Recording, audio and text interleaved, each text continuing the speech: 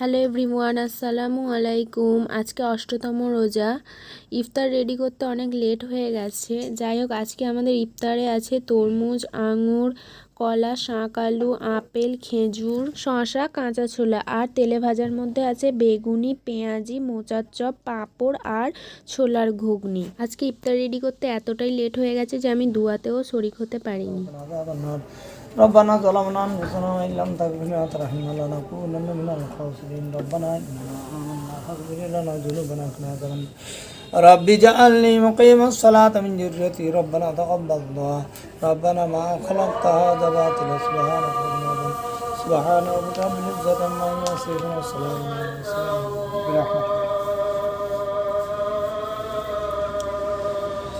اللهم صمت لك وتوكلت على رزقك وأفطرت برحمتك يا أرحم الراحمين بسم الله الرحمن الرحيم